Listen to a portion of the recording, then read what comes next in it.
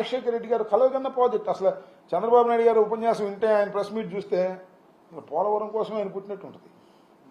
పోలవరాన్ని ప్రారంభించిందే ఆయన, పోలవరం కోసం కళ్ళగన్నాడు ఆయన అనిపిస్తుంది.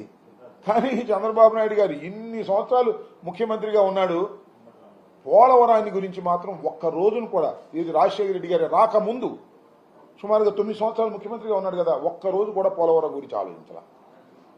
పోలవరం ఆలోచించాలి, పోలవరం జీవనాడి అని ఆలోచించారా స్వామి చంద్రబాబు నాయుడు గారు? ఆయన ఆలోచించారు. ఇప్పుడు అంటాడు జీవనాడి, ఇది ప్రజలకు చాలా ఆంధ్ర ప్రజలకు కావాల్సింది అంటాడు. ఇవాళ రాజశేఖర రెడ్డి గారు ప్రారంభించి దాన్ని జగన్మోహన్ రెడ్డి గారు సరి చేసుకుని ముందుకు వెళ్లే దశలో ఇవాళ అది తానే ప్రారంభించాను, తానే చేశాను, తానే దానికోసం కళ్ళగన్నాను అనేటువంటి వాక్యాలు ఎలా చెప్తాడో నాకు అర్థం కాదు. ఆయనకి ఏమి పెద్ద షై ఫీల్ కాదు.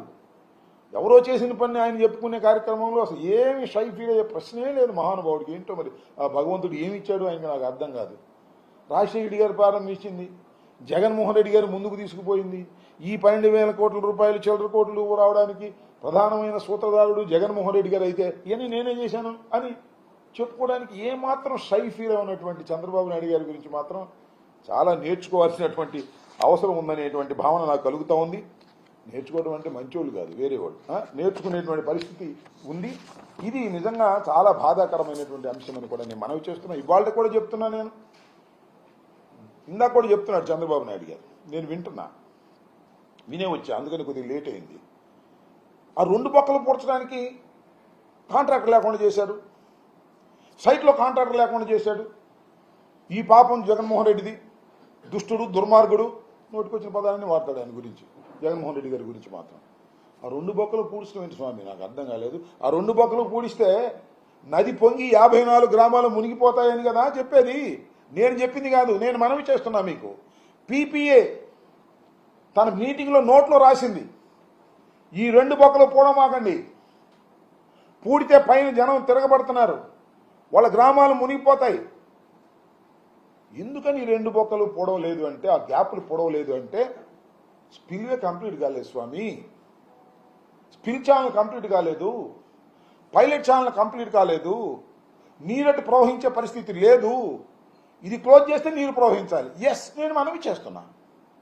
అనిల్ గారు ఇరిగేషన్ మంత్రిగా ఉన్నప్పుడు అప్పుడు కాఫర్ డ్యామ్ మొత్తాన్ని బాగు చేసి ప్రారంభించారు. ఎప్పుడు దాన్ని ప్రారంభించాం? స్పిల్వే కంప్లీట్ అయిపోయిన తర్వాత, స్పిల్ ఛానల్ కంప్లీట్ అయిపోయిన తర్వాత, స్పిల్వేకి కావలసిన గేట్లన్నీ పెట్టిన తర్వాత, ఎంత నీరు వచ్చినా వరద వచ్చినా 50 లక్షల క్యూసిక్కులు నీరు వచ్చినా అలా ప్రవహించే విధంగా చేసిన తర్వాత కాఫర్ డ్యామ్ క్లోజ్ చేశాం. లోయర్ కాఫర్ డ్యామ్ నేను మంత్రిగా అయిన తర్వాత క్లోజ్ చేశాం. We're creating a dry place there. కానీ అఫ్ కోర్స్ ఇప్పుడు డ్రై ప్లేస్ ఏదనుకోండి, ఎందుకంటే వాటర్ బాగా సీపేజ్ అవుతా ఉంది. ఎందుకు అవుతా ఉందంటే కాఫర్ డ్యామ్ టైం అయిపోయింది, 3 సంవత్సరాల కన్నా ఎక్కువ ఉండదు. జెడ్ రౌటింగ్ గోడలన్నీ కూడా వీక్ అయ్యాయి. దాని గురించి కూడా ఈ ఎక్స్పర్ట్ ప్యానల్ కమిటీలు చెప్పారు. 2018లో వచ్చినటువంటి వరదే, 2018 అంటే చంద్రబాబు నాయుడు గారు అధికారంలో ఉన్నప్పుడు వచ్చిన వరదే. ఆ రోజునే డయాఫ్రమ్ వాల్ దెబ్బతిన్నది, ప్రారంభమైంది డయాఫ్రమ్ వాల్ దెబ్బతింటాం. ఆ రోజునే జెడ్ రౌటింగ్ ప్యానల్స్ ఉన్నాయి కింద గోడలు, ఆ రోజునే దెబ్బతిన్నాయి. ఆ దెబ్బతిన్నటువంటి గోడల్ని రిపేర్ చేయకోకుండా చంద్రబాబు నాయుడు గారు దాన్ని ఇంకా ముందుకు వెళ్ళాడు. అక్కడే ఇవాళ లీకేజ్ పెరిగిందని వాళ్ళు చెప్పారు, నేను చెప్పింది కాదు. అదేదో నేను చెప్తాను, జగన్మోహన్ రెడ్డి గారు చెప్తాను, లేకపోతే మరొక మంత్రి గారు చెప్తాను నమ్మవలసిన అవసరం లేదు అనుకోండి కాసేపు. వాళ్ళు చెప్పారు, ప్యానల్ ఆఫ్ ఎక్స్పర్ట్స్. ఇంత దుర్మార్గంగా పోలవరాన్ని ఏదో ఒక విధంగా జగన్మోహన్ రెడ్డి గారి మీద నెట్టాలి, మీరు చేసిన తప్పులన్నీ జగన్మోహన్ రెడ్డి గారి మీద నెట్టాలనే ప్రయత్నం చేస్తున్నారు. చాలా దురదృష్టం.